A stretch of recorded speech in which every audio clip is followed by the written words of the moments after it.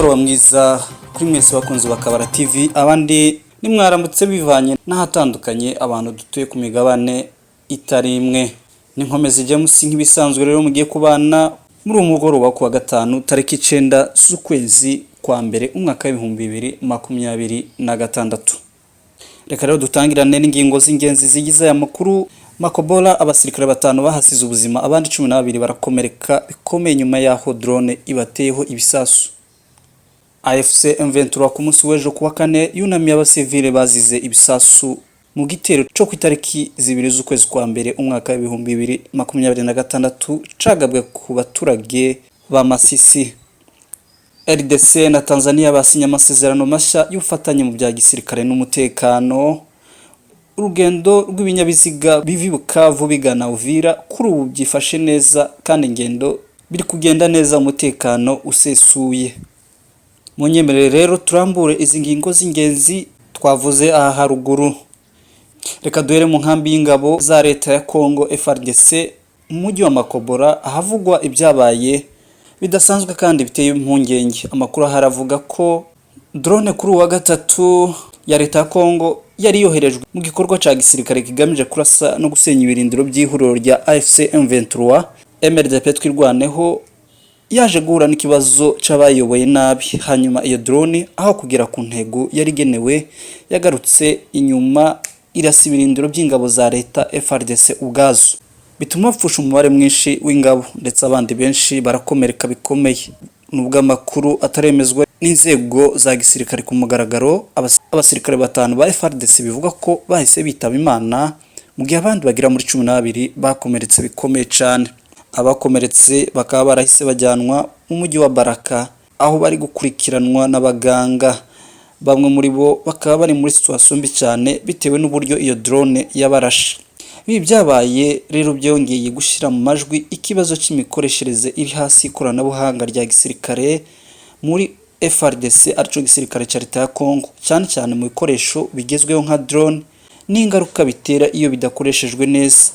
Kugeza ubu nta tangazo ryemewe riturutse ku buyobozi bwa FARDC cyangwa kuri Minisiteri y'Ingabo ryemeza cyangwa rihakana burundu aya makuru, ariko basesenguzi mu by'umutekano bavuga ko iki gikorwa gishobora kuba ari ikimenyetso cy'akajagari n'inzitizi no mu miyoborere y'ibikorwa bya gisirikare mu bice byibasiwe n'intambara mu burasirazuba bwa Repubulika Iharanira Demokarasi ya Kongo. Ibi bibaye mu gihe umutekano ukomeje kuba muke udahagaze neza mu bice byinshi bya Fizi, Uvira, aho intambara n'imirwano hagati y'ingabo za leta, imitwe yitwaje intwaro bikomeje gutwara ubuzima bw'abaturage b'inzirakarengane. Reka rero amakuru yacu twerekeze mu mujyi wa Goma ku munsi w'ejo kuwa kane tariki 8 z'ukwezi kwa mbere umwaka wa 2026 habereye umuhango wo kwibuka no kunamira abasivili bazize ibisasu byarashwe cyangwa se byagabwe kuri ako gace ka Masisi Centre mu ntara Kivu y'Amajyaruguru. Uyu muhango wabereye kuri Stade Ubumwe, Stade de l'Unité mu mujyi wa Goma. Uyu muhango kandi wateguwe n'ihuriro AFC M23 hagamije guha icubahira abaturage bapfiriye mu ntambara ikomeje mu burasirazuba bwa Repubulika Iharanira Demokarasi ya Kongo. Ku butaka bwa Stade de l'Unité hashizweho imirambo igera kuri 22 mu gihe imiryango y'ababuze ababo, abayobozi n'inzego z'ibanze n'abaturage benshi bari bitabiriye uwo muhango wari wuzuyemo intimba n'agahinda gakomeye. Mu butumwa bugaragara kuri banderole zari mu muhango hagaragazwa amagambo yamagana ihohoterwa rikomeje ndetse n'iyicwa ry'abasivile no kutubahiriza amasezerano yo guhagarika imirwano mu bice bivuga ko byabohowe. Amarangamutima yari akomeye aho abavandimwe n'inshuti z'ababuze ababo bagaragazaga agahinda kenshi mu gihe cy'amasengesho n'ijambo ryo kwibuka abapfuye, kuko byatangajwe na Emmanuel Ndizeye, umuyobozi w'agateganyo w'akarere ka Masisi. Abo bantu bapfuye bakaba barazize igitero cyo ku itariki ya 2 y'ukwezi kwa mbere umwaka wa 2026 kikaba cyarakomerekeyemo abagera kuri 41. Yavuze ko iyo mibare ishingiye ku makuru yakusanyijwe n'inzego z'ubuyobozi n'iz'ubuzima. Abatanga ubuhamya bari aho byabereye bavuga ko ibisasu byaguye ahitaruye ibirindiro bya AFC M23 ku ntera irenga metero 600. Ibintu byakomeje gutuma hakorwa iperereza ryimbitse ku nkomoko y'ibyo bisasu byagabwe ku baturage. Nyuma yo kumurika imibiri y'ababuze ubuzima byemejwe ko izashingurwa mu gace kitwa Nzulo mu karere ka Masisi mu muhango uzabera mu cubahiro n'ituze. Uyu muhango wongeye kwerekana ingaruka zikomeye intambara igira ku baturage b'inzirakarengane, mu gihe hakomeje gusaba ko amahoro n'ibiganiro bya politiki byahabwa umwanya aho kwihutira gukoresha intwaro zikomeza gushira ubuzima bw'abaturage b'abasivile mu kaga. Iyi nkuru tukaba tuyikesha ikinyamakuru Kivu Morning Post cyateguye iyi nkuru.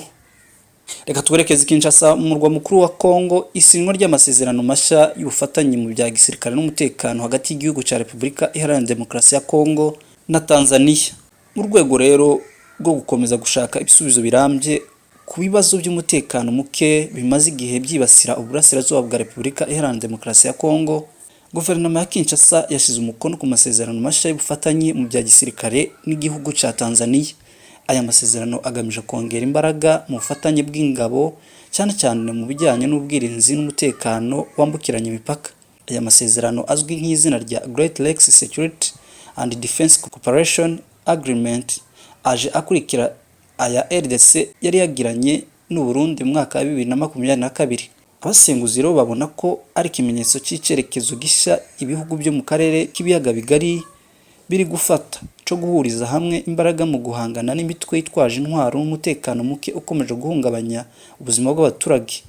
Mu by'amasezerano ashyira imbere harimo imyitozo n'amahugurwa bya gisirikare, guhanahana amakuru y'ubutasi, gukaza umutekano ku mipaka ihuza ibihugu ndetse no gufatanya mu gutabarana mu gihe cy'ibibazo by'umutekano byambukiranya imipaka. Amakuru aturuka mu nzego za gisirikare avuga ko Tanzania ifite ubunararibonye bukomeye mu gutoza abasirikare, by'umwihariko abasirikare bato n'abaofisiye bato sous-officier. Abenshi mu basirikare bo muri RDC by'umwihariko abo mu nzego z'ubuyobozi bwo hagati bamaze kunyura mu mashuri ya gisirikare ya Tanzania menshi, ibintu Kinshasa ibona nk'inyungu ikomeye muri ubufatanye bushya. Hari kandi amakuru avuga ko mu rwego rwo gushyira mu bikorwa aya masezerano abasirikare ba Tanzania bagera ku bihumbi 12 bashobora koherezwa muri Repubulika Iharanira Demokarasi ya Kongo mu bihe biri imbere.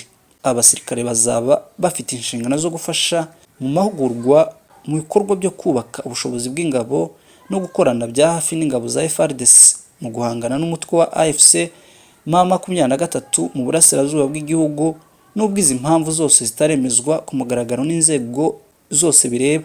Abasenguzi mu by'umutekano nabo n'imiyoborere bemeza ko aya masezerano ashobora kongera gukaza urugamba ruri hagati ya AFC M23 MLDP twirwaneho n'ingabo za Repubulika Iharanira Demokarasi ya Kongo, bigatuma intambara irushaho gufata indi ntera.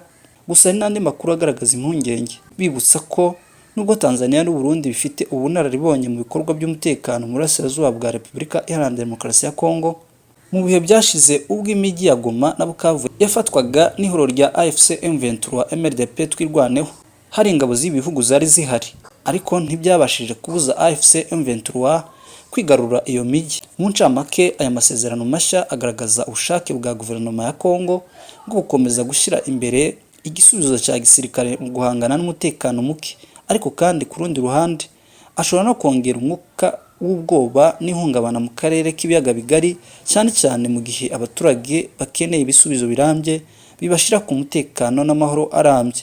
Iyi nkuru tukaba tuyikesha Minembwe Capital News yateguye iyi nkuru. Reka twerekeze muri Sud Kivu, umujyi wa Bukavu ku tariki 8 z'ukwezi kwa mbere umwaka wa 2026 ku munsi w'ejo kuwa kane, imodoka zitwara abagenzi n'ibicuruzwa zikomeje gukora neza mu mutekano usesuye mu muhanda uhuza imijyi ya Bukavu na Uvira zinyuze mu kibaya cya Rusizi. Kuva umujyi wa Uvira wagwa mu maboko ya AFC M23 MLDP twirwaneho ku itariki 14 z'ukwezi kwa 12 umwaka wa 2025, umujyi wa Bukavu kuva mu masaha ya kare ya mu gitondo hejo kuwa kane abagenzi n'abacuruzi bakomeje kwiyongera ahari amajanse n'amashirahamwe atwara abantu, aho imodoka zihagurukira zisimburana mu ituze n'icizere ko abatwara imodoka n'abafasha bakaba bari mu myiteguro yo kugenzura ibinyabiziga mbere yo gutangira urugendo. Abatwara imodoka, abadereva cyangwa se abashoferi batwara imodoka bagaragaza icyizere n'ituze ku bijyanye n'umutekano mu nzira. Umwe muri bo yatangarije itangazamakuru ko uru rugendo rukorwa nta mpungenge zikomeye. Yagize ati igiciro cy'urugendo ni 25,000 by'amafra congolais cyangwa se by'amanyekongo ku muntu ugiye Uvira, naho ujya za Kamanyola akishura 15,000 by'amakongomani. Gusa nubwo ingendo zisubukuwe, urujya n'uruza ruracagorana bitewe n'ibinogo binini byacukuwe n'ibisasu mu mirwano iherutse guhuza ihuriro rya FC23 n'ingabo za leta ya Kongo ndetse n'abafatanyabikorwa babo. Nubwo byinshi muri byo byagerageje gusibwa by'agateganyo, biracabangamira cyane urujya n'uruza rw'ibinyabiziga ndetse bikongera igihe cy'urugendo. Umwe mu batwara imodoka cyangwa umushoferi ukora mu muhanda Bukavu Uvira yabwiye Radio Maendeleo ikorera mu mujyi wa Bukavu dukesha amakuru ko urugendo rwatwaraga amasaha 5 ubu rushobora gufata amasaha 8 cyangwa se arenga bitewe n'imiterere mibi y'umuhanda. Abatwara ibinyabiziga basaba ubuyobozi gufata ingamba zihamye zo gusiba neza ibyo binogo no gushimangira umutekano kugira ngo uyu muhanda w'ingenzi umere neza. Ku rundi ruhande, Diop Rwaboshi ushinzwe ikigo gitwara abantu ca Okapi Original avuga ko hari indi mbogamizi ikomeye iterwa n'abantu bazwi ku izina rya Bakokayi bakunze kwivanga mu gutanga abagenzi bigateza akajagari mu gutega imodoka. Yagize ati imyitwarire ishobora guteza igihombo bakora ubwikorezi mu gihe hatabayeho imbaraga zo kuyihagarika. Umwe mu bagore b'abagenzi baganiriye n'itangazamakuru kuri uyu wa kane yishimiye kongera kujya Uvira no gusubukura ibikorwa bye by'ubucuruzi nyuma y'amezi menshi yari amaze adakora. Tubibutse ko iri subukurwa ry'ingendo ryongeye kuba nyuma y'igihe kirenga amezi 10 umuhanda warafunzwe bitewe n'imirwano ikaze yabereye mu kibaya ca Rusizi cyane mu duce twa Ruvungi, Katogota, Bwegera na Sange. Reka dukomereze i Rwanda muri Angola. Perezida wa Angola akaba n'umuyobozi w'umuryango wa Afrika yunze ubumwe asaba ihagarikwa ry'imirwano cyangwa se cyo bita ceasefire cyangwa se cessez-le-feu ahari kubera imirwano mu burasirazuba bwa Repubulika Iharanira Demokarasi ya Kongo. Perezida wa Repubulika ya Angola Joao Lourenço akaba n'umuyobozi w'umuryango wa Afrika yunze ubumwe African Union uriho ubu arasaba ihagarikwa ry'imirwano bidatinze hagati y'impande zishamiranye mu ntambara iri kubera mu burasirazuba bwa Kongo. Iri tangazo ryashyizwe ahagaragara nyuma y'uruzinduko Perezida wa Kongo Felix Antoine Tshisekedi Tshilombo yagiriye i Rwanda, aho yaganiriye ku kibazo cy'umutekano by'umutekano bikomeje kuzahaza uburasirazuba bwa Kongo. Mu ijambo rye Joao Lourenço yashimangiye ko amahoro arambye muri RDC atagirwaho hifashishije intwaro gusa. Asaba impande zose ziri mu mirwano gushyira imbere inzira y'ibiganiro no kubahiriza ihagarikwa ry'imirwano mu nyungu z'abaturage bakomeje kwicwa, kwimurwa, guhunga ndetse no gusigara nta cyizere cy'ejo hazaza.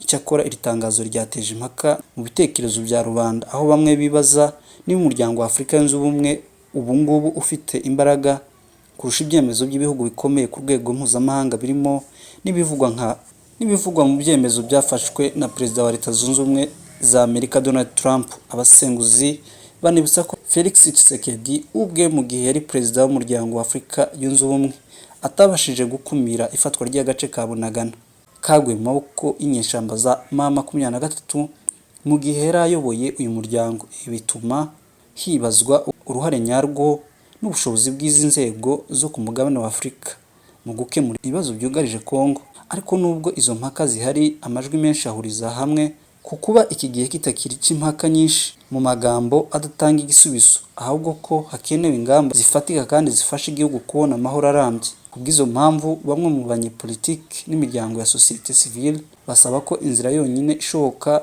ari ibiganiro bya politike bihuriyeho n'abanyekongo bose, hatitawe ku mateka ya politike, ku nkomoko cyangwa ku nyungu zihariye. Iyo dialogue nationale inclusive intercongolais kuko babivuga ikwiriye kubanzirizwa n'ishyirwaho rya komisiyo y'ukuri, ubumwe n'ubwiyunge izafasha igihugu kureba amateka yacu mabi no kumenya aho caguye hakubakwa ubumwe bushingiye ku kuri n'ubutabera. Mu gihe intambara ikomeje gusenya uburasirazuba bwa Repubulika Iharanira Demokarasi ya Kongo, ubutumwa bukomeje gusabwa n'abaturage ni amahoro n'ubumwe. Bakavuga ko amasasu atari yazagira ku kibazo cy'amahoro arambye, ahubwo ko bakwiriye kujya mu biganiro byubaka kandi birimo abanyekongo bose. Aya makuru rero tukaba tuyakesha La Voix du Kivu. Mugire umugoroba mwiza, mwari kumwe na Nkomezi James.